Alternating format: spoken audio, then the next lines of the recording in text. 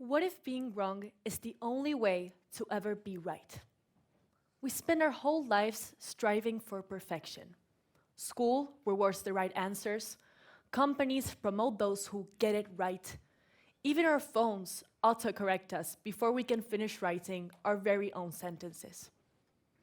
We are trained to avoid wrongness as if it were something dangerous, something embarrassing, something we were meant to hide. And so taking a single step in a world of uncertainty seems to be completely calamitous. And so we cling to what we know and repeat to ourselves, better the devil we know than the devil we don't. But what if that's exactly why we get stuck? Because if you stop to think about it, the world's biggest breakthroughs didn't come from people who were certain. They came from people who were curious enough to be wrong first. Because everyone knew the earth was flat until someone questioned it. Everyone knew that ulcers came from stress until two scientists drank bacteria to prove otherwise. Everyone knew you couldn't make money by renting DVDs through mail until a small company called Netflix decided to think wrong. And that's the idea I want to explore with you today. Because if we want to innovate, create, or even get to know ourselves better, maybe we should start unlearning the art of thinking right and start practicing the art of thinking wrong. Yet, being wrong doesn't just bruise our ego, it hurts. You know that little chest-tightening moment when someone corrects you? That's biology, not pride, and it happens to all of us. We are so terrified by failing that we search for confirmation everywhere. Like the craving for a drug, we search for it in every decision we make. At school, we only raise our hands when we're sure. Online, we post a photo with the trending audio and the cute caption, just different enough so it looks like we have a personality, but safe enough that we don't stand out. Psychologists call this the confirmation bias, the idea that our brains love information that reaffirms us that we're right and ignores the rest. It's like a little hit of dopamine every time we get validated. It keeps us safe, but it keeps us stuck. And when being right starts equating to being safe, that's when curiosity starts to fade. And when millions of us do this at once, we don't just create personal blind spots, we create echo chambers, whole communities, news feeds, nations that end up reinforcing their own versions of reality.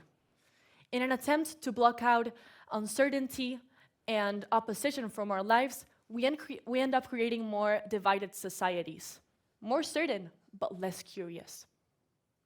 There are different ways that we can approach this fear that we have for uncertainty, and we can start implementing them in our daily lives.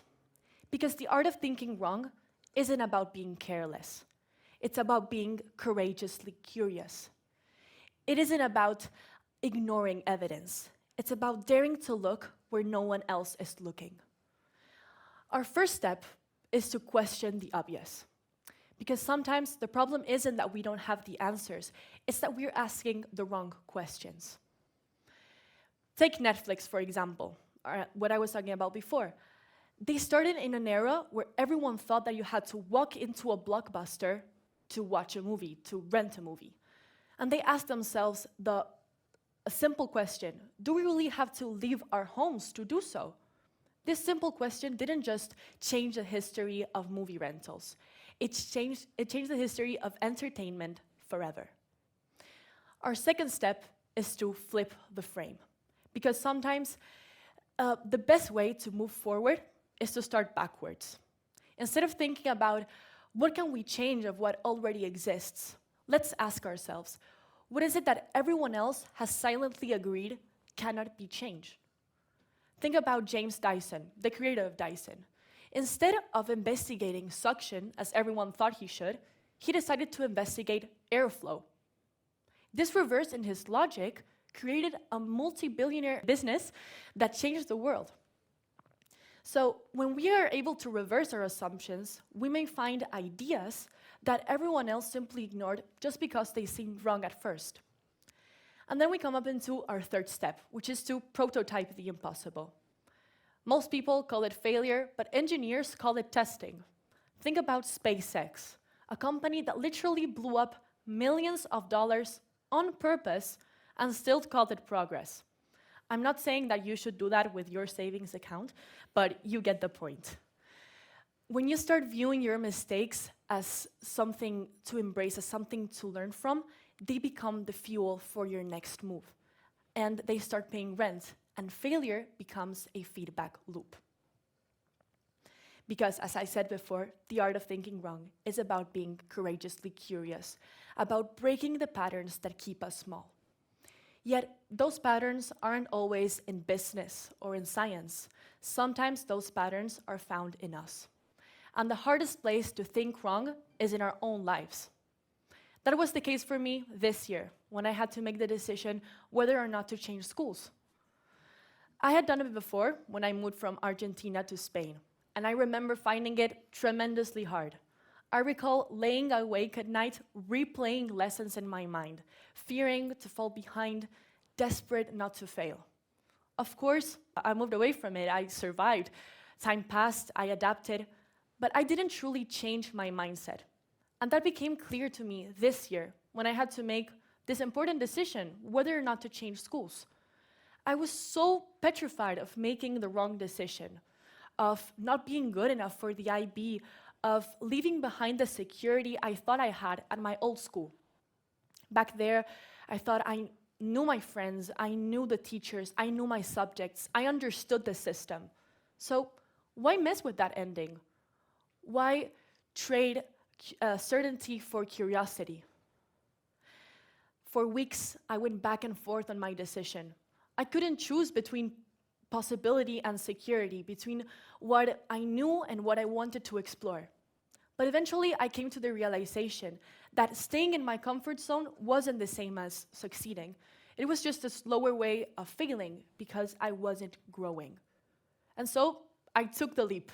I chose the wrong path, the one that started with crowded metros, unfamiliar faces, and no safety net. The one where I had to trust myself fully and rebuild from zero. And here I am. Of course, things still go wrong. I still cried a couple of weeks ago because of a failed math test. But now I don't take those mistakes as evidence that I'm not good enough or that I'm failing, but as evidence that I'm growing, learning, and still good enough to trust myself fully and jump into the unknown. And that in itself is the art of thinking wrong. And the good thing is that this isn't just a personal insight. It's science, and there's science behind it. From mathematics to economics, the systems that we interact with reward us when we are able to explore what is wrong. Take, for example, mathematics. An important concept is proof by contradiction. The ability to assume a wrong answer, follow it to see where it leads, and watch it collapse. The collapse, that's what shows us what is true. And that's what Richard Feynman loved about physics and mathematics. They aren't just for geniuses, as most people think they are. They're for people who are willing to be confused, who are willing to be wrong, who are willing to wrestle with uncertainty. Because when we dare to explore what is wrong, we can find what is right, even when everyone else says it is too hard. And this can also be seen in economics with the idea of decentralized knowledge. The fact that knowledge is scattered everywhere. There's not a single person that holds all knowledge. And Keynes put it this way: when the facts change, change your mind. The skill isn't about stubbornness. It's about learning how and when to pivot. So whether it's equations or markets, the skills that are necessary for us to succeed are curiosity, flexibility, and the ability to navigate uncertainty and continue trusting ourselves. In other words, structured wrongness drives progress. And the good thing about this is that the art of thinking wrong to think right isn't just a personality trait. It is a skill. It is something that can be exercised, practiced, and strengthened, like a muscle for curiosity. And here are 3 simple ways I found useful that we can implement into our daily lives to start practicing the skill of thinking wrong to think right. The first one is the 10-minute opposite test. For 10 minutes, try arguing for the opposite of what you believe. So if you believe that a certain method is the best one, try taking the other one. Try seeing how it works. Try approaching the same answer with a different method. In this way, our brain will learn how to search for new alternatives and learn that your right is not the only path. For example, who in here believes that pineapple belongs on pizza?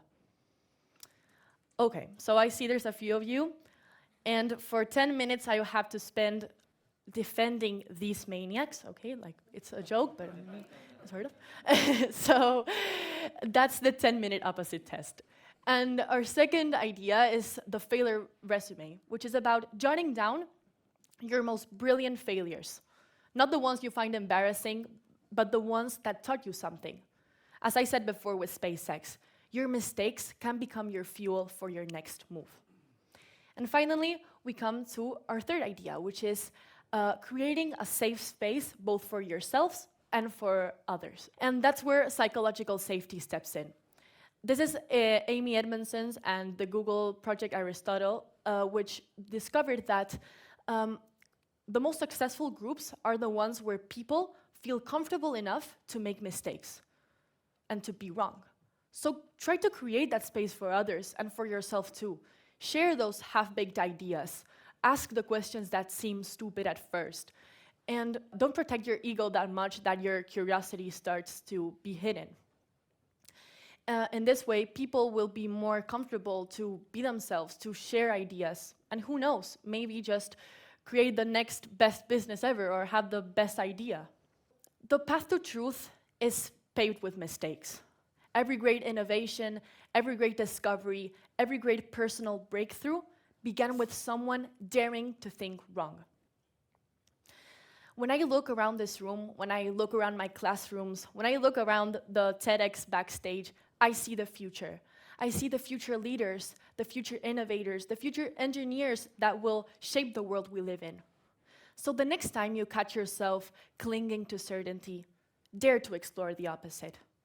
Take the leap, ask the question, change your mind when facts change. Stop searching for the confirmation only you can find in the confidence in yourself. You're capable of more than you think. So get it wrong, take the risk, see where it leads.